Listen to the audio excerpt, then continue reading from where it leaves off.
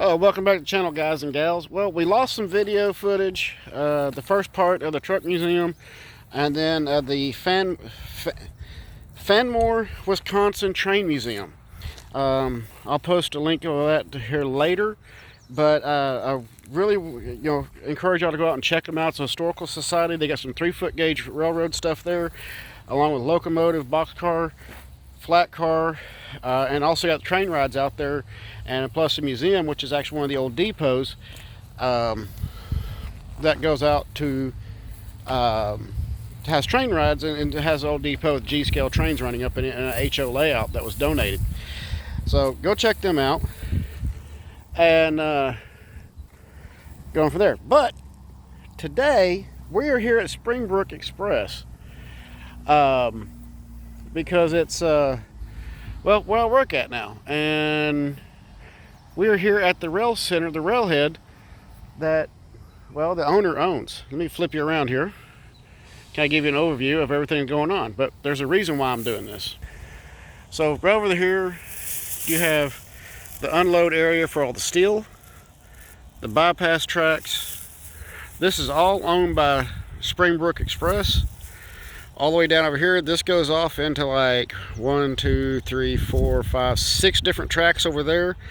This is on the south side and goes all the way down past that curve back over there. Actually goes to another sand plant that he owns all this right away for it, which also goes back over there to the north side to our other building, which also has 12 storage tracks in it. And as you can see, if you're modeling a siding or something like that, yes, you are not wrong if you got grass growing up in between your rails.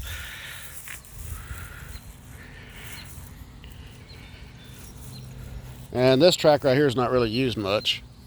Don't know why. But let's walk down over here, because there's a point I wanted to make with this video, and that was, some people have said, you use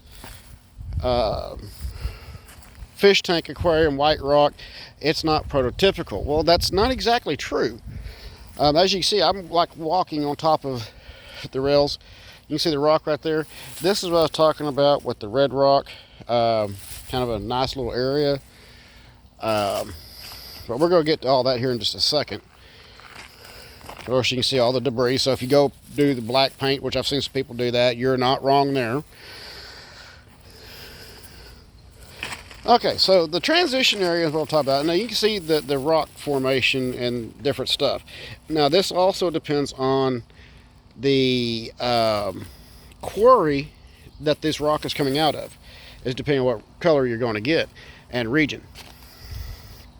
Okay, so here's your next transition piece. Now this is the throughway or right-of-way track, main line, and as you can see, it's different here. So it transitions from here to there to a more dark gray, much like what some people would use with their Lionel Fast Track. Again, you're not wrong.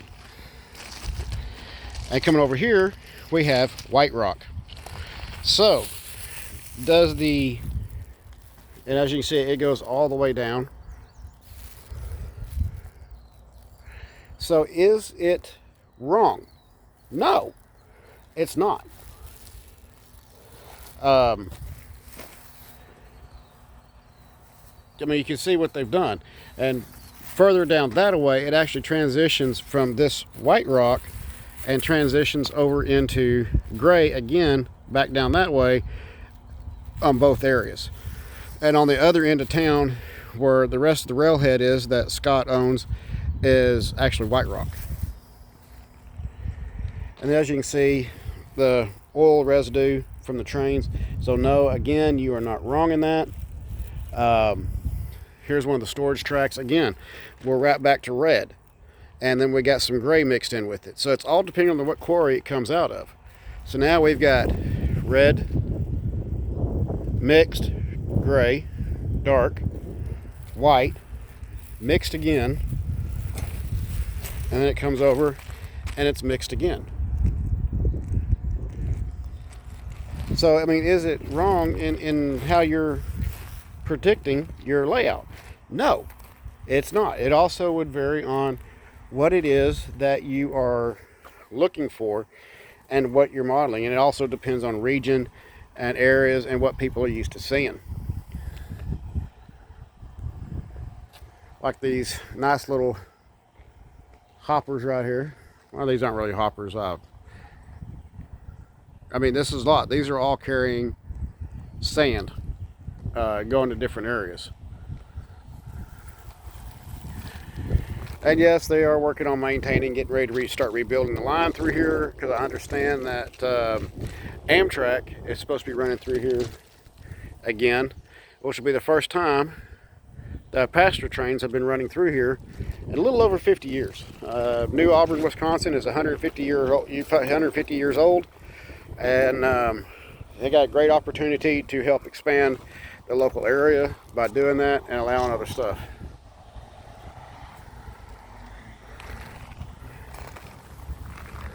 There's some welding rods down here, a whole lot of them.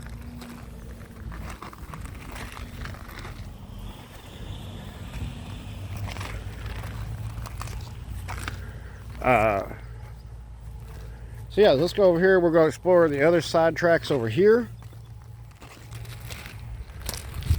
Again, we got more red and got sand from the diesels right here. Pretty cool. This is also Progressive Rail runs through here quite a lot. They bring a lot of steel over here to us. We ship a lot of it out. We store a lot of it for Baronet steel. And in case of you are wondering, no, you're not wrong if you bury the rails.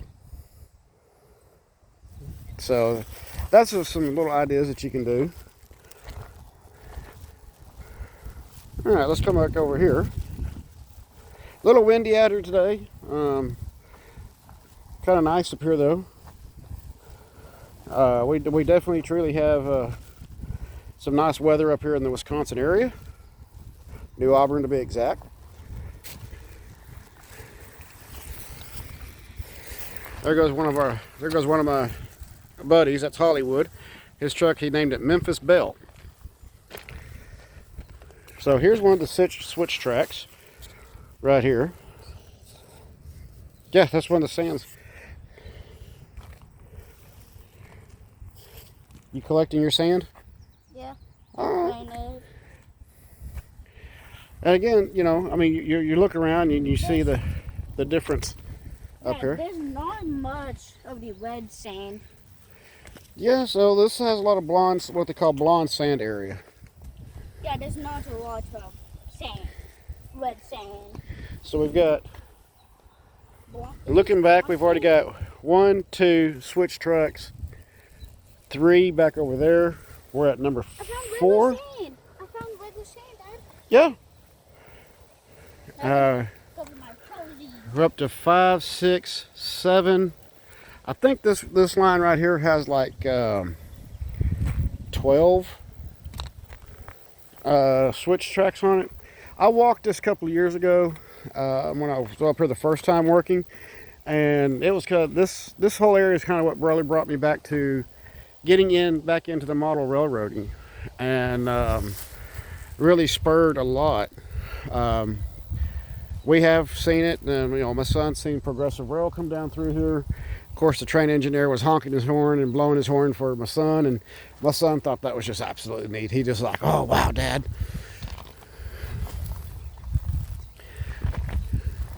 So this is the longest spur right here that goes back. I forget how many they said that can hold right there. I think they said 50 cars or something like that. But yes, this is all, I mean, it's still usable, still runnable. In fact, let's see, let's look at there, 1, 2, 3, 4. So we're up to like 7 or 8. I think there's like 9 more down at this end. I walked it once before, and it was quite, you know, very, very impressive. You know, and if King Kepner Ranch train was actually a reality, yeah, I would probably bring it up here. Scott, my boss, he gets a lot of horses and cattle and hay from down in Texas and brings them up here to Wisconsin. Look at that. That is just beautiful. So, you know, when you're modeling your area and your sidings and stuff, you know, it doesn't have to be perfect. It can be pretty much whatever color you want. One of the things I learned from Union Pacific was the whole, you know, types of different rock that they use. You got what they call rock A, rock B, and rock C. And completely different from anything you'll ever see. And as you can see, go down this way, there's more. I want to say this end of town, they can hold up to 200 cars, something like that. And of course, now that Progressive Rail's gotten in the picture, they're bringing steel in. We're a holding facility for them. So usually during the summer, you'll see a lot of cars down here being held.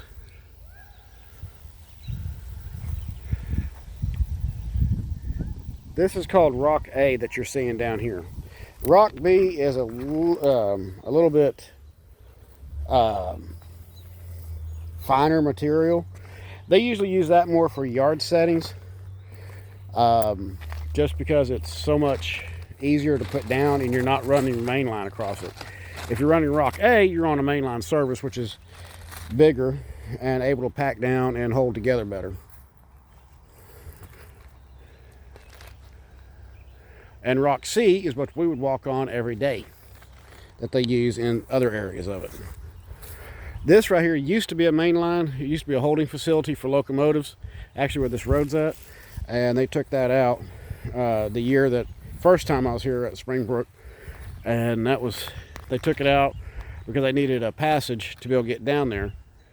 So railroad up and took it out and replaced it with just straight railing going in. Mountainous areas. Wisconsin's a beautiful state, really is. Doesn't really get too hot up here. I mean, it has its hot days, but not too bad. Of course, there's my son up there running. Uh-oh. What's the matter? Some kind of bug. It's just a gnat. I don't like it. Kill it. I can't kill them. There's like a billion of them. Yes, can you? Oh, that's a fly. Never mind. Dad, can you just help me over there digging? Yeah, I'll help you. Him? So yes, I mean, there's lots of stuff here. We'll get another video up later. Kind of want to go down here to the unloading facility to show that to y'all, so that y'all can get a, you know, if you're doing a industrial area, you can see that as well. But we'll get that here on part 2, and we'll go from there. Something that my son and I, we truly love doing. We love getting out here. And of course, sometimes when Progressive Rails comes out here, they'll give us railroad spikes and kind of like get some brand new ones. But yeah, we do a lot of that. So a lot of fun doing rail fanning and seeing these cars right here, these 2-bay hoppers. Yeah, that'd be fun to see these being pulled by a steam engine. Which brings me to the other point, going back to Fanny. Fanmore, Wisconsin. Fanmore, Wisconsin. End of July, they will be doing a celebration, and they will have actually steam locomotives there in town if y'all want to go check that out. So yes, definitely a lot of fun. Before y'all comment, no, I have not. My hair's gotten messed up out here in the wind, but that's all right. But yes, go check out Fanmore Historical Society. Yeah, that's wet sand. Oops. Red sand. Yeah, red. Check them out. Y'all get a chance to go up there, go pay them a visit, go have some good times. In fact, I'm going to be donating a train to them, G-scale train to be put next to a, I think they call it, a guy called it 1.5 foot, but it was a specialty built that's also run, it's the same gauge as what's running outside to give kids train rides on. But this one's going to be running around that locomotive for the people up there.